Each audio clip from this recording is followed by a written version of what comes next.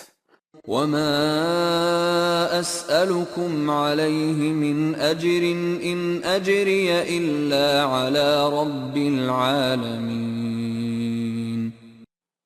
میں اس پر تمہاری خیر خواہی چاہنے پر بالکل کسی صلے کا طالب نہیں ہوں، میرا صلہ تو بس اس خدا کے ذمہ ہے جو تمام اقوام عالم کی پرورش کرنے والا ہے۔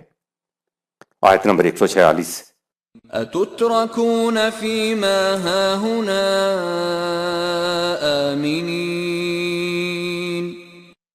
اگر تمہاری باطل روش برقرار رہی تو کیا تمہیں آسائشوں، فراوانیوں اور امن کی زندگی کی حالت میں رہنے دیا جائے گا؟ آیت نمبر 147۔ في جنات وعيون۔ یعنی لہلہاتے باغات اور چشموں میں رہنے دیا جائے گا۔ آیت نمبر 148۔ وزروع ونخل طلعها هضيم۔ ان زرخیز زمینوں، کھجوروں کے باغات میں جن پر گتھے ہوئے پھلوں کے خوشے لٹک رہے ہیں میں رہنے دیا جائے گا۔ آیت نمبر 149۔ وتنحتون من الجبال بيوتا فارهين۔ اور ان قلعہ نما محلوں میں جنہیں تم پہاڑوں کو تراش تراش کر بڑی صنعت کاری سے اترانے کے لیے بناتے ہو میں رہنے دیا جائے گا۔ آیت نمبر 150۔ فاتقوا الله وأطيعون۔ تم اپنی غلط روش کی تباہ کاریوں سے بچنا اور امن سے رہنا چاہتے ہو تو تم اجتماعی طور پر اللہ کے قوانین کی اطاعت کرو۔ اس کا عملی طریق یہ ہے کہ تم میری اطاعت کرو۔ آیت نمبر 151۔ ولا تطيعوا أمر المسرفين۔ اور قوانین خداوندی سے سرکشی اختیار کر کے عدل و انصاف کی حدود سے تجاوز کرنے والوں کی بات نہ مانو بلکہ وسائل زندگی کو مستحقین تک پہنچاؤ۔ آیت نمبر 152۔ الذين يفسدون في الأرض ولا يصلحون۔ وہ لوگ جو ملک میں ناہمواریاں پھیلاتے ہیں اور کبھی اصلاح کی فکر نہیں کرتے ان کی بات نہ مانو۔ آیت نمبر 153۔ قالوا انما انت من المسحرین۔ ساری باتیں سننے کے بعد قوم کے لوگ بولے کہ ہمیں یقین ہو گیا ہے کہ تو بھی ان لوگوں میں سے ہے جو فریب میں مبتلا ہو جاتے ہیں کہ خدا نے انہیں دنیا کی اصلاح کرنے کے لیے معبور کیا ہے۔ آیت نمبر 154۔ ما انت الا بشر مثلنا فأت بآیة ان كنت من الصادقین۔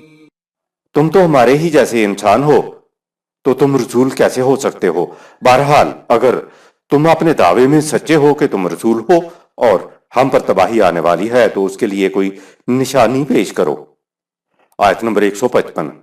قال هذه ناقة لها شرب ولكم شرب يوم معلوم۔ صالح علیہ السلام نے کہا تمہارا نظام باطل ہے، اگر تم میرے پیش کردہ نظام کو اختیار کرنے پر راضی ہو تو میرے اس نظام پر جمے رہنے کی نشانی یہ ایک اونٹنی ہے جو باری پر پانی پیا کرے اور تمہاری اونٹنیاں اپنی باری پر پانی پیا کریں۔ ناقۃ اللہ کے بارے میں وضاحت سورۃ الاعراف اور سورہ ہود میں آ چکی ہے۔ آیت نمبر 156۔ ولا تمسوها بسوء فيأخذكم عذاب يوم عظيم۔ اس اونٹنی کو نقصان نہ پہنچانا ورنہ سمجھا جائے گا کہ تم میرے تجویز کرتا نظام پر قائم نہیں رہنا چاہتے، اس کا نتیجہ تمہاری تباہی و بربادی ہوگا۔ آیت نمبر 157۔ فعقروها فأصبحوا نادمين۔ بات تسلیم کرنے کے بعد وہ اس پر قائم نہ رہے اور انہوں نے اونٹنی کی کونچیں کاٹ کر مار ڈالا، لیکن بعد میں وہ سخت پشیمان ہوئے کہ اگر صالح علیہ السلام کی بات سچی نکلی تو پھر کیا ہوگا؟ آیت نمبر 158۔ فأخذهم العذاب إن في ذلك لآية وما كان أكثرهم مؤمنين۔ چنانچہ ان پر تباہی آ گئی۔ بلا شبہ قوم سمود کی داستان میں اور قانون مکافات پر مبنی بیان کردہ حقائق میں غور و فکر کرنے والوں کے لیے حقیقت تک پہنچنے کی بڑی نشانی ہے، لیکن مخالفین کی روش برقرار رہی تو یہ ایمان نہیں لائیں گے۔ آیت نمبر 159۔ وَإِنَّ رَبَّكَ لَهُوَ الْعَزِيزُ الرَّحِيمُ۔ مخالفین قوانین خداوندی کی صداقت پر ایمان لائیں یا نہ لائیں، خدا کا قانون ہمہ وقت اپنا کام کرتا رہتا ہے۔ یقیناً یہ اس خدا کے قوانین ہیں جو بڑی قوتوں کا مالک ہے، اس لیے ان قوانین کے حامل غالب آ کر خدا کے عطا کردہ سامان زیست کو نوع انسانی کے لیے عام کرتے ہیں۔ العزیز اور الرحیم کے لیے دیکھیے سورہ 26 آیت نمبر 9 اور سورہ 26 آیت نمبر 68۔ صدق اللہ العظیم۔